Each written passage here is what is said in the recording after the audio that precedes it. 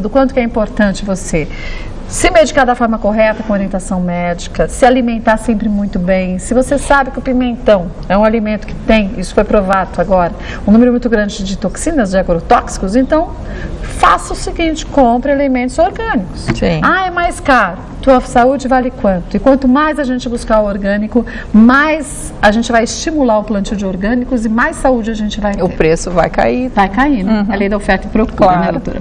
A doutora Maria Emília Gadelha Serra volta outras tantas vezes ao programa, mesmo porque a gente falou nem um milésimo do que precisa ser dito. E mais você pode acessar o site para conhecer um pouquinho mais do trabalho dela, que é o www.medicinaambiental.net. Medicinaambiental.net. Doutora Maria Emília Gadelha Serra é vice-presidente da Academia Brasileira de Saúde Ambiental e a gente aos poucos vai te informando, mas já vai colocando tudo em prática. Obrigada mais uma vez, eu espero mais vezes, viu? Olha, viu só? Isso sem falar, hein? Em produtos que a gente usa, cosméticos, que tem metais pesados. Já pensou nisso?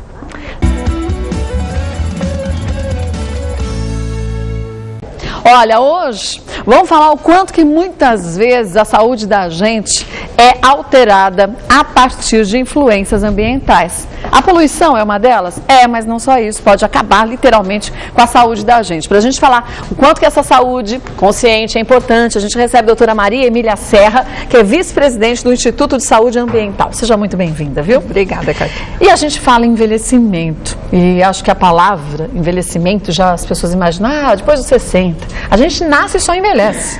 Na verdade, se fala que você começa a envelhecer oficialmente aos 23 anos. E a partir daí é só uma curva descendente. Mas tem o que fazer, né? Mas como que a saúde da gente pode ser abalada a partir de influências ambientais? Nesse mundo que a gente vive, de uma cidade grande, a gente tem vários fatores que podem literalmente acabar com a vida da gente. Na verdade, a poluição pode começar desde a gestação, né? A mãe que tenha um organismo cheio de toxinas, ela pode transferir essas toxinas via placenta para o seu bebê. Então, é muito importante que exista esse conhecimento prévio para que algo possa ser feito. A partir do processo de crescimento, desde o tipo de alimentação, a introdução da alimentação, a saúde do intestino, todo o processo de desenvolvimento, a todas as toxinas em que você pode se expor ao longo da vida, né, na infância, na adolescência e na idade adulta, você vai construindo essa carga tóxica e basicamente essas toxinas vêm do meio ambiente, mas podem ser produzidas internamente também. Mas quer dizer, a gente vai fazendo uma poupança negativa dessas toxinas. É uma conta bancária. Péssima, só negativa. Mas ainda bem que existem os órgãos de eliminação, não, né? Sim, mas quer dizer, se a gente não tem consciência que a gente vai se contaminando todos os dias, a gente não vai poder achar uma saída para a gente voltar ao equilíbrio. Exatamente. Que sintomas a gente percebe que a pessoa que está intoxicada literalmente por esses agentes, ela tem? Bem, a primeira, num primeiro momento, a pessoa pode simplesmente sentir que não está bem disposta, meio cansada, um cansaço meio fora de propósito, e são as alterações que nós costumamos dizer que tem um fundo mais de movimentação da energia do corpo, né? Isso na medicina chinesa, os chineses falam bastante sobre isso, né? A movimentação da energia do Qi. Depois você pode começar a apresentar sintomas mais funcionais. Então a pessoa pode começar a ter dor de cabeça de pequena intensidade, mais frequente, mais chatinha, pode ter dores musculares inexplicadas, cãibras, alteração de memória, alteração de concentração, insônia, acordar no meio da noite sem explicação, né? Sensibilidades, assim, começar a dar choquinhos sem motivo, né? Em carro, quando você encosta em alguma coisa. Então, esses sintomas, assim, inespecíficos, eles chamam a atenção, porque geralmente eles não têm muita explicação. Mas quando a gente fala num organismo intoxicado, a gente fala em situações diferentes, porque eu tenho uma fragilidade em determinado órgão, você tem em outro. Sim. A toxicidade, ela se aloja justamente naquele órgão que a gente tem mais deficiente ou não? Em geral, sim, né? Normalmente, eu até trouxe um desenho sobre o conceito do barril, né? Tá. Que eu acho que fica mais fácil de entender. Tá. A gente tem um barrilzinho ali, literalmente, que é mais ou menos o corpo da gente, que a qualquer hora pode explodir se a gente estiver cheio de toxinas, né? É verdade. Deixa eu pedir para os meninos mostrarem. É o barrilzinho, é o papel branco, traquinas. Depois a gente mostra a árvore. Esse conceito da medicina ambiental é muito importante porque exatamente como nós, médicos e profissionais da saúde, podemos entender a participação do meio ambiente no processo de adoecimento. Então, imaginemos que o nosso corpo, né, que o organismo humano seja a representação do barril. Tá. A torneirinha, que fica ali à direita, ela representa os órgãos de eliminação, os órgãos de excreção do nosso corpo, que o grande representante é o intestino, os intestinos, né? Mas nós temos também os rins, o sistema respiratório todo, os seios da face, as mucosas respiratórias do pulmão, a linfa, né? E o sistema linfático como um todo e a pele. Então, quer dizer, se a gente não tem esse sistema de excreção equilibrado, a gente literalmente vai explodir. Exatamente. E você tem que ter esses órgãos bem funcionantes e bem equilibrados, né, em condições de nutrição adequadas, e exatamente aí é que entra a fragilidade de cada um desses sistemas e da individualidade da pessoa, do indivíduo mesmo, do paciente, né? Mas são muitas as pessoas que têm problemas intestinais e não se dão conta que o intestino, não é à toa que ele é considerado o segundo cérebro, porque tem uma importância muito grande, e que não é normal a gente ter prisão de ventre, assim como não é normal ter diarreia. Não, nada disso é normal. O intestino deveria funcionar como funciona o intestino de um bebezinho, né? Você come, deveria funcionar. Mas ao longo da vida os hábitos vão mudando e se aceita, entre aspas, que o intestino fique mais lento. Mas nesse esquema do barril, desse conceito do barril, é muito importante que essa torneira tenha essa possibilidade de ser aberta, né, nas condições adequadas e normais, justamente porque se a sua entrada, né, ela fica de toxinas vindas do meio ambiente, ou mesmo as toxinas produzidas internamente, por exemplo, os produtos de bactérias intestinais, e você retroalimenta e vai fazendo com que esse barril vá enchendo, uma hora transborda, porque a torneira não deu conta de esvaziar, de eliminar tudo. Então, o que nós precisamos ter em mente é isso. E a medicina ambiental, ela vem, né, uma tendência mundial, nos Estados Unidos conhecida como medicina ambiental, na Europa medicina biológica, principalmente da escola alemã, justamente para entender como é que nós, médicos e profissionais da saúde, temos essa função de educadores de falar para os pacientes e para as pessoas em geral que isso existe, para que elas tenham conhecimento e possam se organizar, né, de forma a realmente fazer uma prevenção da saúde. E olha, a gente tem que pensar o que a gente pode fazer, já que a gente não sabe como está o nosso organismo, para a gente ter os órgãos funcionando direitinho. Eu gostaria que você me explicasse já, eu volto num instantinho, o que a gente pode fazer, o que a gente deve fazer para ter esse equilíbrio no corpo. Você vê, através da alimentação, muitas vezes, tudo bem, a gente tem nutrientes importantes, mas alguns ficam um pouco defasados. Olha, a gente está falando muito em envelhecimento e principalmente em desequilíbrio do corpo através das toxinas que a gente acaba, infelizmente, trazendo para dentro do corpo. Só que a gente, quando pensa em poluição, a gente fala cidade grande como São Paulo, a poluição é incrível. Como será que se faz essa medição da poluição? A gente fez uma matéria que mostra justamente isso para você entender direitinho o que acontece dos dois lados. Olha lá.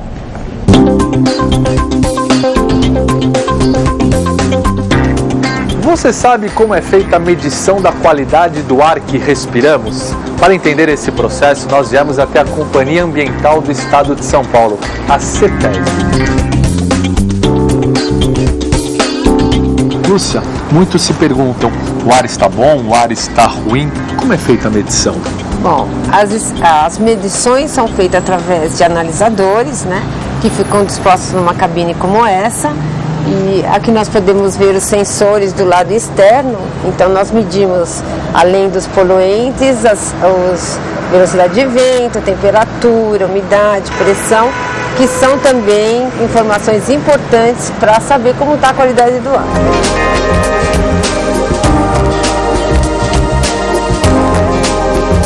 Na estação nós temos analisadores. Um que vai analisar as partículas inaláveis, né, as partículas que nós respiramos, o analisador de CO, de monóxido de carbono, o ozônio e os óxidos de nitrogênio.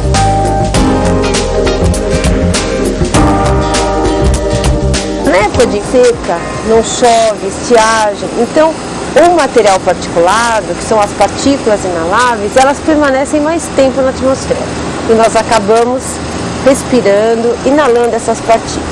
Então, para pessoas que têm problemas respiratórios, esse poluente acaba sendo bem agressivo.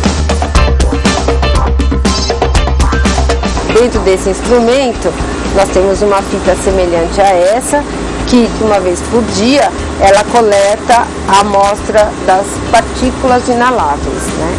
Essas partículas são partículas que provêm da queima de combustíveis, e elas são, por isso elas são assim tão escuras. Esse é o ar que respiramos. Esse é o ar que respiramos.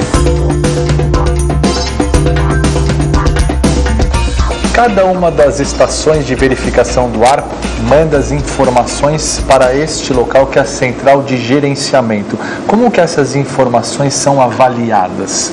Aqui nós temos um servidor central que então faz os cálculos e identifica qual é a qualidade do ar. A gente tem aqui um gráfico que a gente percebe pela corzinha de cada bolinha se a qualidade do ar está boa, regular, inadequada, má ou péssima, né? Olha, a maioria está boa hoje, né? Hoje sim, a gente vê no estado de São Paulo, esse mapa representa as 22 estações do estado, Baixada Santista, aqui a região metropolitana. Hoje a qualidade do ar está boa para todos os poluentes medidos. Como que a população pode, de alguma maneira, contribuir para essa questão de poluição na atmosfera? Bom, para a nossa cidade, recomenda-se deixar o carro em casa, utilizar o carro de uma maneira mais comedida, ir na padaria, não indo de carro, né? Então são formas que a população poderia contribuir para a melhoria do ar na cidade.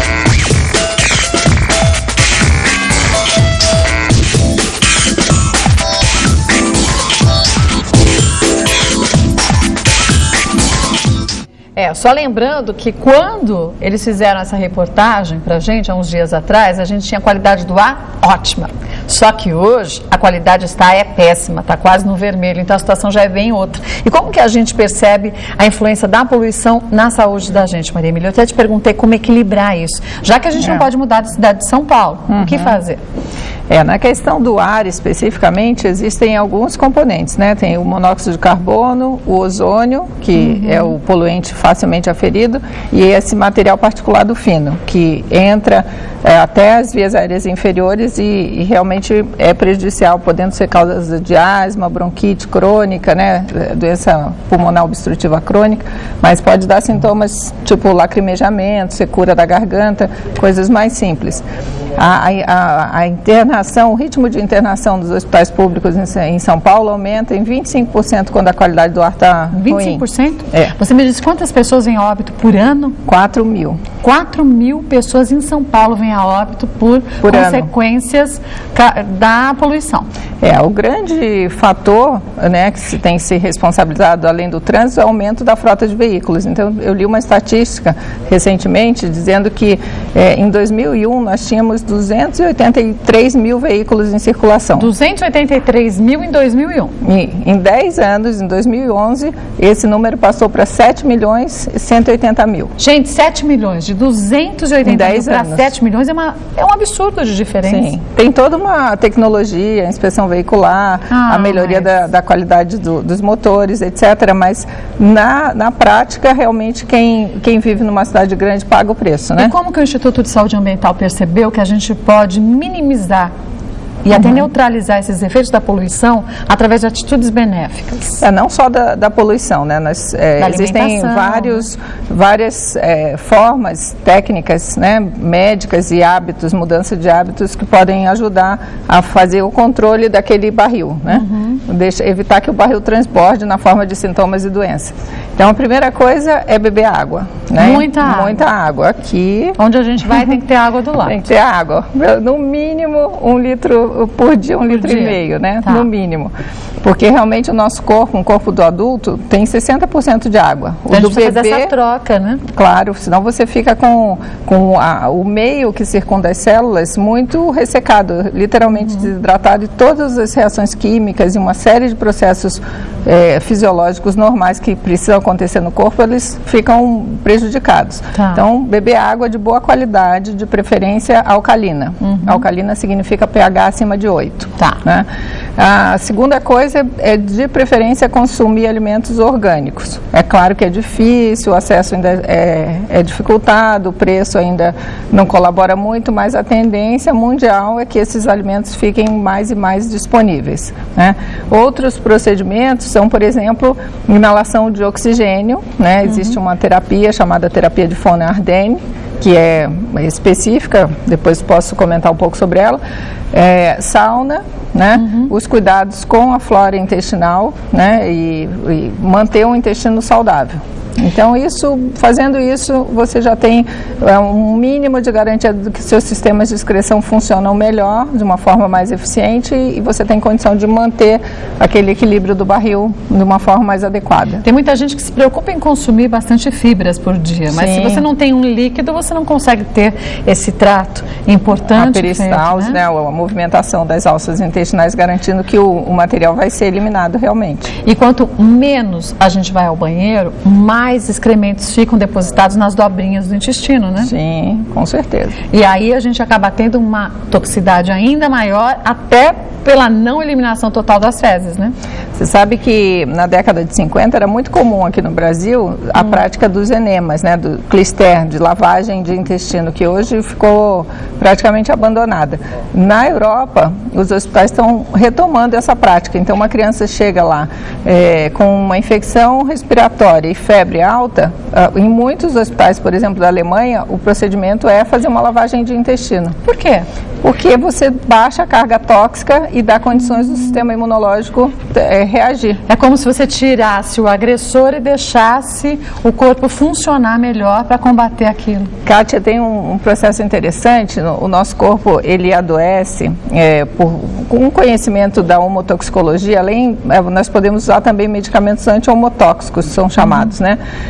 Na década de 50, na Alemanha, um pesquisador, o Dr. Heckeweck, ele viu que o nosso corpo ele tem 6 fases no processo de adoecimento. A primeira tentativa do corpo se adaptar e não desenvolver doença, exatamente é o que chamamos fase de excreção.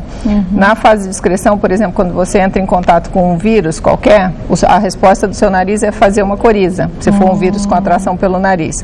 Ou você come um alimento estragado, o intestino solta. Então, a reação natural é de eliminação, né? E aí vem toda uma sequência de adaptação que o corpo tem que fazer. Quer dizer, o corpo tenta, de qualquer forma, equilibrar, mas às vezes a gente dificulta para ele, né? Por isso que a gente tem que, primeiro, pensar na alimentação correta e prestar atenção. O nosso corpo manda mensagens. É que às vezes a gente não quer enxergar direitinho.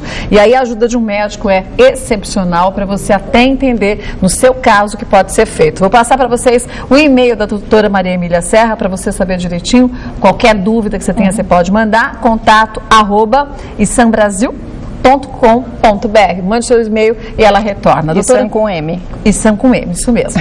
A doutora Maria Emília volta mais vezes ao programa, mas preste bastante atenção na sua alimentação, na sua forma de vida e modifique seus hábitos. Isso é o principal. Obrigada, Kátia. Olha, e por falar em modificar os hábitos, às vezes